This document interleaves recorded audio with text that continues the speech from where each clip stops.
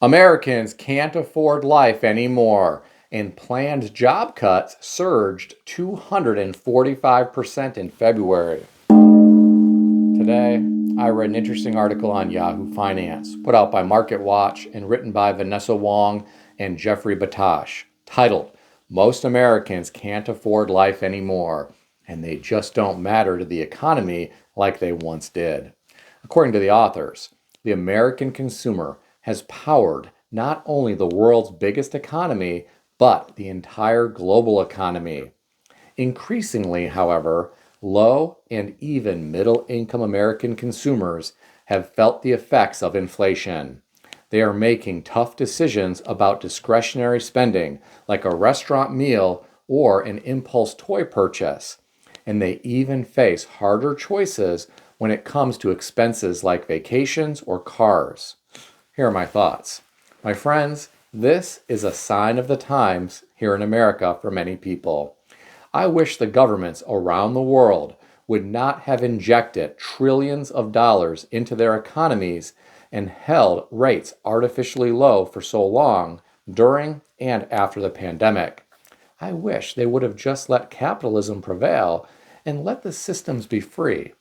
What would have happened if they did not inject trillions of dollars into the world's economies? Well, it's really hard to say. I'm sure you will all agree we would have experienced some pain, but we probably would not be in the mess that we are in right now. It's also unlikely that the wealthy would have gotten wealthier because asset prices wouldn't have boomed like they did. The divide between the super wealthy and everyone else would not have become as exaggerated as it is today. We are now paying the price for the decisions that were made during that period of time, and it isn't pretty. Everyday people are struggling financially as their wages have not kept pace with inflation, and because many people rely on debt, and that is becoming even more difficult to service because of the higher interest rate environment. To me, though, it's really more of a normal interest rate environment. But governments around the world got people addicted to cheap money for far too long. Getting back to the article, the author said, inflation has made life harder for low and middle income consumers, and their financial picture could get even worse because of tariffs that are expected to cost the average household $1,200 per year. This is according to the Peterson Institute for International Economics. Well, my friends, this is not good news. Many Americans are already tapped out. I don't know how they are going to weather this storm. I truly don't. Now, the authors of this article said the cracks are really beginning to show for low and middle income Americans. A reference was made to all of the job layoffs recently, including the federal jobs. I personally think those cracks will get a lot larger. Let's just hope we don't see a collapse. It's going to be really interesting this week to see what happens in the stock market and what happens with this tariff situation. Will we hear about countries retaliating more? How will the market react to that? There are certainly a lot of unknowns in the world right now. Even though we've had some red days in the market recently, I'm surprised it has held up as well as it has. Now, there were a lot of comments beneath this article. I'll share some of them with you. The first commenter said, because of low salaries and low pay, most of our town is run down and people cannot afford to maintain their homes. Low salaries are ruining life in the USA. Yet, a small percentage of people are becoming mega rich. About 8% actually. Now, the 92% of workers are struggling even to pay for necessities. America is on a fast, steep decline. The next commenter said, the cost increases we have seen in the last 4 or 5 years hit a lot of people hard and have left many feeling helpless. Housing, food, utilities, the basics, and many other items have all spiked in price. You can only tighten your belt so much. This really is a bipartisan issue. I hope we can get it resolved. Another commenter said, the billionaires and ultra-rich are openly controlling politicians and destroying working people and middle-class wages and benefits. They continue to hold the vast majority of wealth and want more. The masses need to wake up and vote for change.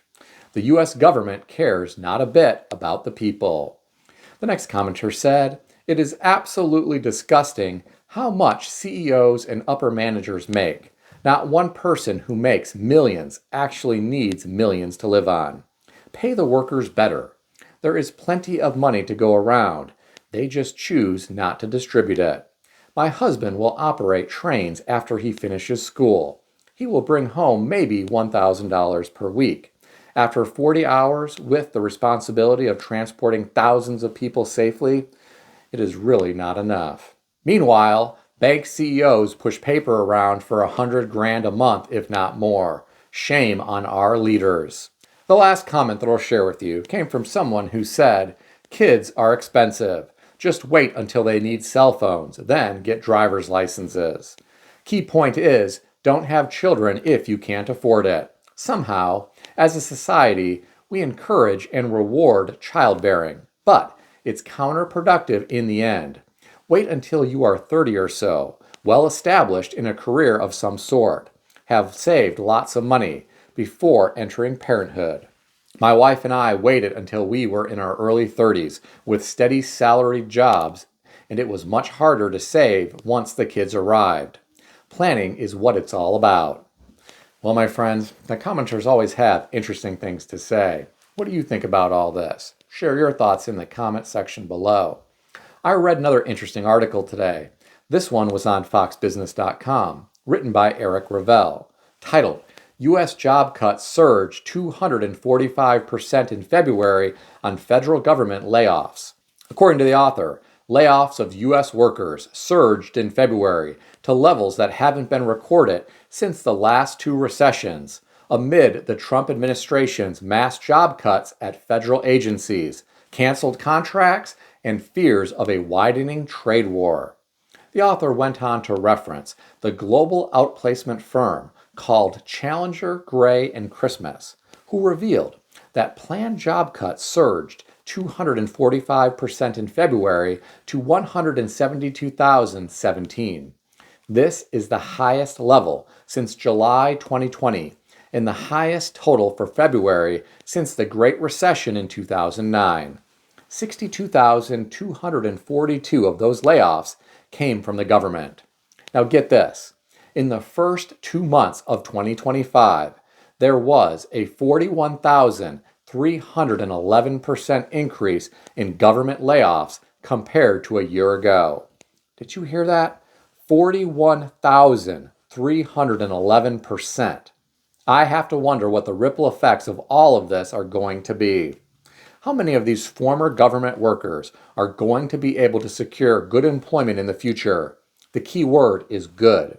I have a friend who has multiple degrees and a solid work history, and he has been looking for work for quite some time.